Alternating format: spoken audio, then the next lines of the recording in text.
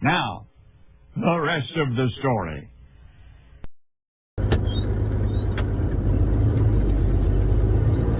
How's everybody's day going? I'm putting on the foliar, and it's radiate next. I've been calling it max. Turns out it's radiate next. So it's a foliar and a root growth promoter. So aiming for more tonnage per acre. And another way I'm doing that is, oh, wrong gear. Well, climbing up a hill doesn't help. I'm spraying for bugs because, granted, it's not as bad as last year with the amount of grasshoppers that we had and then armyworms for third cut. But the goal is to not have it get that bad. And that's what I'm doing here. There is a grasshopper presence. It is kind of dry out, and that's what a lot of local guys are worried about, is potential bug pressure really taking off. And I'd rather, if I'm here, I'm already spraying the radiate regardless. I might as well spray for the bugs that are here and help prevent an infestation. The only thing that I would do different is I would have done a weed killer. The weeds are coming up in this crop. Not like super terrible, but I'm here. I'm already going across it. I might as well be spraying the weeds out. And at this point, I'm planning on getting it made. Right now, the target is August 1st. That's what I'm planning on coming down and cutting this. So basically, all of like Dad and Ryan's stuff will be made, and then this. And then if I can get it made, get it hauled in, spin around, fertilize it immediately after we get the hay off, wait a week, come in and do this, and then we should be set and hopefully done with the sprayer for the year. Because last year I ended up having to spray second, third cut. I ended up spraying those 3 times. Once for the fertilizer, once for the radiate and herbicide, and then, whoa, once more again for the bug spray, because I didn't put insecticide on everything.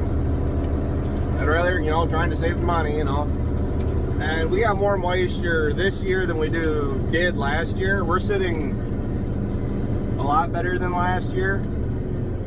So if you guys can see it, that's the fence line behind me. The landowners went through and they tore them both out, which I'm very grateful for. The only thing I gotta do is, there's 3 stakes that I've found that they missed. Not the end of the world by any means, but I'll go through and gator, 4-wheeler, side-by-side, whatever I need to do, and I'll get them picked up. Then I'm gonna bring the brush mower down, the Rhino 4155, and I'll go through, grind that stuff that's there up, because it's like, centuries old. Not that bad, but bad enough, And I'll commence the treatment just like everything else. So with the amount of moisture we got, the crops aren't concerned for moisture for the time being in southwest Wisconsin. At least we aren't specifically. The low-lying areas down here all have water standing in them again. So you guys remember Welcome to the Jungle video? I had every intention of coming down and cutting that like 4, 6, 7 acres, whatever it is over there. I could have made it. I know I could have, because in the video, there was without a doubt I could have made it. But that 2.5 inches of rain, the ground isn't quite dry enough or too dry to the point where it could have absorbed 2.5 inches of rain. So that same rainstorm, we got 1.5 up at home, and there's actually areas like right there where I gotta watch what I'm doing while I'm talking to you here. I made it first cut.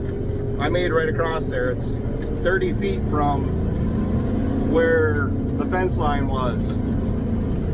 And, oops.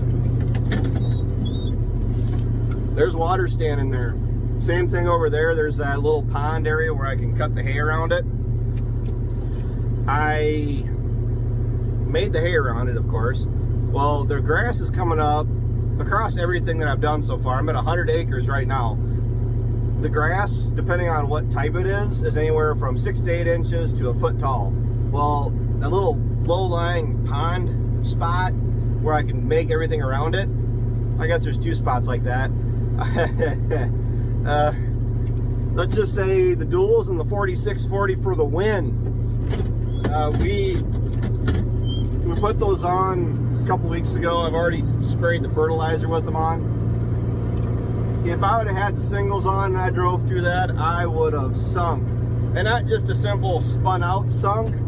I'm pretty confident with the full load of spray that I had on the back at the time, with fluid in the rear singles here, I would have felt the seat fall out from under me.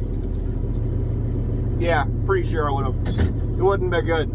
The problem is I'm down here.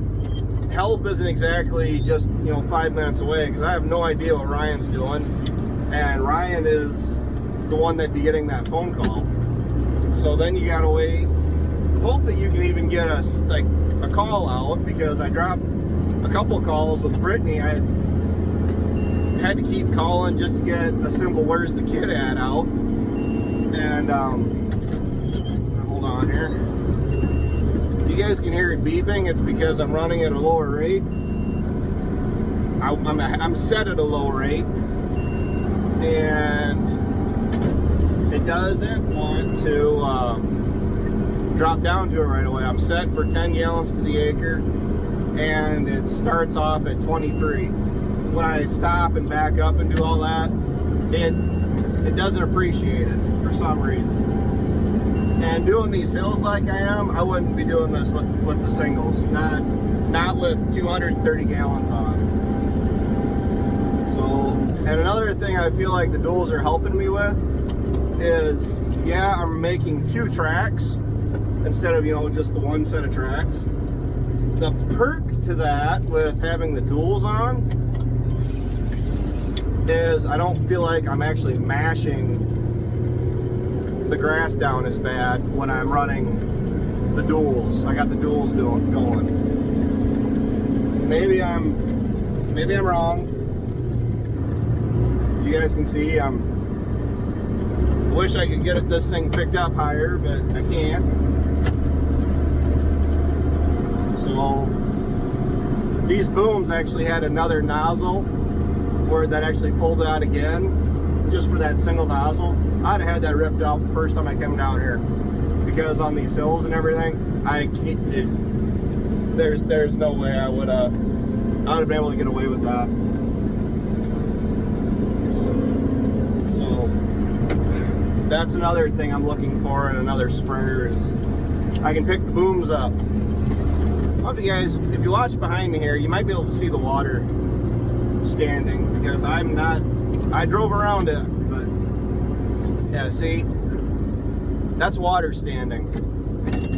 Now, we could make an argument for going through with the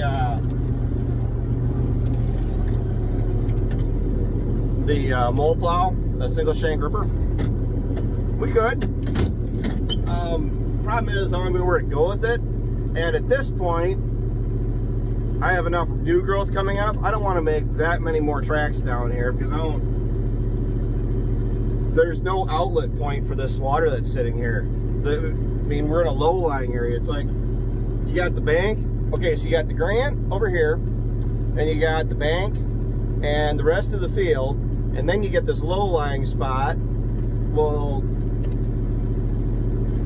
all the water that falls on the bench ground that you guys are seeing me drive up and down, it's coming down these waterways, and that's where it goes.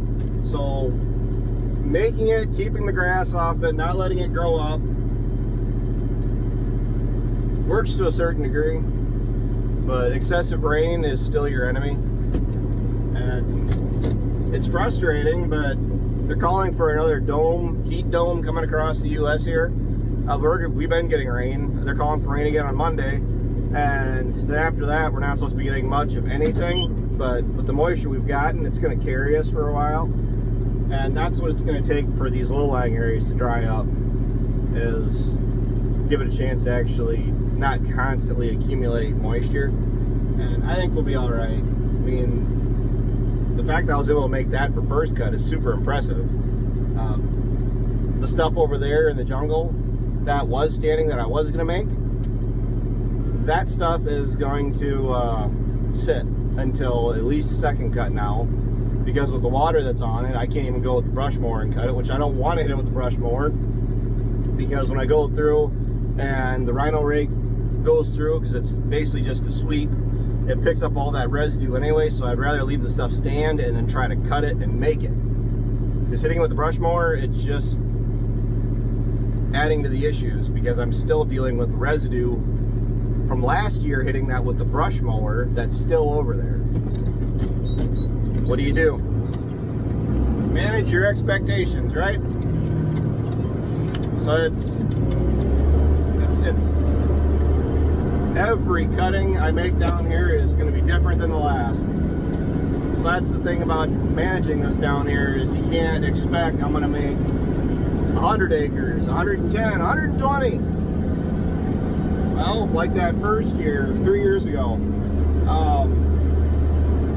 I'm not liking this. I lost the bottom. That was over $10,000 of material I lost. I mean, that stung. That stung a lot, actually. And the problem is, that was when we were on the tail end of that wet spell where we were getting flooding like all the time. We were supposed to have like 4 or 5 days of sunshine when I cut that. Oops. So I mean, what do? Can't leave it sit for forever. Somebody asked me that about leaving the regrowth, the second cut, instead of making a third cutting off it at all, just let it go. Well, the problem is then your quality keeps dropping, and it really is in your best interest to just make it, even if it doesn't seem like it's going to amount to much, and then get that. It's like hitting the reset button. Yeah, I wish I should have done a smaller load here, because the back end is still pretty heavy. I'm just kind of glad I'm getting this done. I got enough other things on my mind I want to work on. And getting stuck really isn't in my list of things I want to work on. Now, there's a lot of water there. There's actually quite a bit of water there. But in another 3 weeks or so, and I think I'll be fine.